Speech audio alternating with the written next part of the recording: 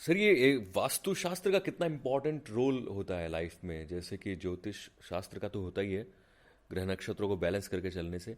वैसे ही जिस घर में हम रहते हैं वो वास्तु के हिसाब से बना हुआ है या नहीं बना हुआ है, उसका कितना इम्पैक्ट होता है लाइफ में? नहीं बना हुआ है तो कितना नुकसान होगा, या कितना इम्पैक्ट रहेगा? नेगेटिव इम्पैक्ट होगा, पॉजिटिव होगा? और बना हुआ है तो उसमें क्या डिफरेंस है बेसिक लाइफ में? वास्तुशास्त्र आपके जीवन में आपकी जो एनर्जीज होती है, जो घर में जो पॉजिटिव एनर्जी का जो फ्लो होता है, आपके नॉर्थ ईस्ट डायरेक्शन से साउथ वेस्ट डायरेक्शन में आपके पास जो एनर्जी का फ्लो है, उसमें कितनी पॉजिटिविटी है, ताकि सभी का जो एनर्जी लेवल है, एक्शन प्लान है, काम करने का तरीका है, हेल्थ है, वो उन सब चीज़ों को एनर्जाइज करके उसको सपोर्ट करे। अच्छा। तो वास्तुशास्त्र क्या करता है, जो उसकी डेस्टिनी में, जो हम बात कर रहे हैं डेस्टिनी में लिखा है, उस पार्ट को अगर उसको सही इन्वायरमेंट मिला, बाहर का सही इन्वायरमेंट मिला, तो अप टू 30% उसको या तो प्लस कर देगा या माइनस कर देगा। अब इसका मैं एक एग्जांपल देता हूँ, 0 और 1 नहीं करेगा। जी।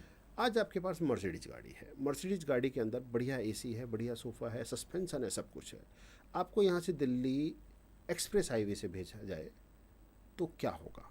आपको उसका आनंद आएगा, अंदर आप बैठे हुए हो, बहुत बढ़िया लगेगा, एनर्जीज आपको जो अंदर का जो लग रहा है वो सब कुछ है। अब उसी को मैंने गांव के गड्ढे वाले रोड से भेजा गया, हो तो आप मर्सिडीज से जा रहे हो, अंदर बैठो, तो आपके सुख सुविधा में क्या फ़र्क आएगा? वो 20 से 30% जो आपको आराम मिलना जी। था, आपको नींद आ रही तो नींद नहीं आएगी, नहीं आएगी। सही गड्ढे बात है। मिलेंगे बार बार। जी।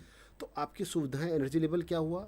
वो एनवायरनमेंट ने आपको नेगेटिव कर दिया। जी। तो बेसिकली जो वास्तुशास्त्र है वो यही है कि जो आपकी डेस्टिनी और जो एनवायरनमेंट है, अगर वो सब कुछ पॉजिटिव है तो आप उसका लाभ अप टू 30% तक पॉजिटिव ले सकते हो, नहीं है तो अप टू 30% तक वो डाउन हो जाएगा। कल को नासा और इसरो ये कह दे कि ग्रह नक्षत्र कुछ नहीं होते हैं, इनका जीवन पर कोई इम्पैक्ट नहीं होता है, तो फिर आप अपने इस विद्या को दुनिया के सामने कैसे साबित करेंगे?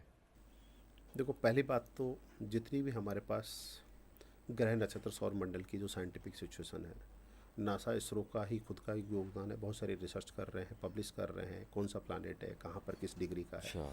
नासा ने तो बहुत सारा डेटा जिस पर बेस पर कुंडली बनी हुई है, खुद की साइट पर भी डाली हुई है, सॉफ्टवेयर पर मैक्सिमम हम उसको यूज करते हैं कैलकुलेटिव पार्ट में। हम्म। उसके बाद सेकंड एग्जांपल जो हमने चंद्रमा वाली बात करी थी, पृथ्वी के पास सबसे नियरेस्ट जो प्लानट है वो चंद्रमा है। जब भी हाई टाइड, लो टाइड, ज्वार भाटा जिसको बोलते हैं, जी। वो आते हैं, वो आते हैं। क्या है, ग्रेविटी फोर्स कहीं ना कहीं हो रहा है, समुद्र में हो रहा है। इंडिविजुअल आदमी जो जिसकी बॉडी में मोर देन 70% वाटर का पार्ट है, जी। कहीं ना कहीं उसका मन उससे प्रभावित होता है।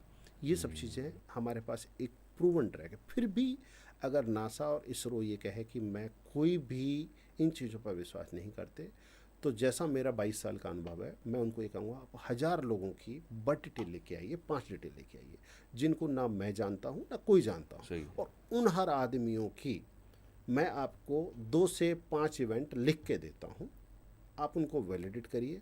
मैं गारंटेड बोल रहा हूँ, अगर बर्थ डिटेल सही है तो 90% से ज़्यादा उनकी प्रेडिक्शंस करेक्ट होंगी। इससे ज़्यादा प्रूफ मैं कुछ नहीं दे सकता। सर, ग्रह नक्षत्र में चंद्रमा को सबसे इम्पॉर्टेंट माना गया है। कहते हैं कि मून को हमेशा बैलेंस रखना चाहिए अपनी लाइफ में। मून की वजह से ही पूरे सिस्टम बिगड़ता है, इमोशंस में ऊपर नीचे जो होता है, जो भी है। तो ये मून को इम्पोर्टेंट माना गया है, तो मून को कैसे बैलेंस करें, चंद्रमा को कैसे बैलेंस करके कर सकते हैं लाइफ में?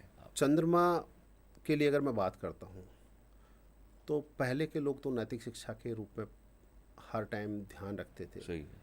चंद्रमा किसको रिप्रेजेंट करता है? स्त्री को, और आपकी माता को रिप्रेजेंट करता है। आपके घर में माता, माता स्वरूप या स्त्री, आप उनका सम्मान करिए, उनके लिए उनके चरण छूइए, अगर हो सके आप उनके पैर दबाइए, निश्चित रूप से आपके लिए उसका लाभ होगा। दूसरा, चंद्रमा रिप्रेजेंट करता है जल को, पानी को, दूध को। अगर आपको लगता है तो रोजाना आप चांदी के गिलास में दूध पीना चालू करिए, ओके। आपके लिए बहुत लाभदायक होगा, क्योंकि चांदी भी चंद्रमा को रिप्रेजेंट करती है और लिक्विड दूध भी चंद्रमा का रिप्रेजेंट करता है। आप चांदी के गिलास में दूध पिए तो आपको लाभ मिलेगा उसका।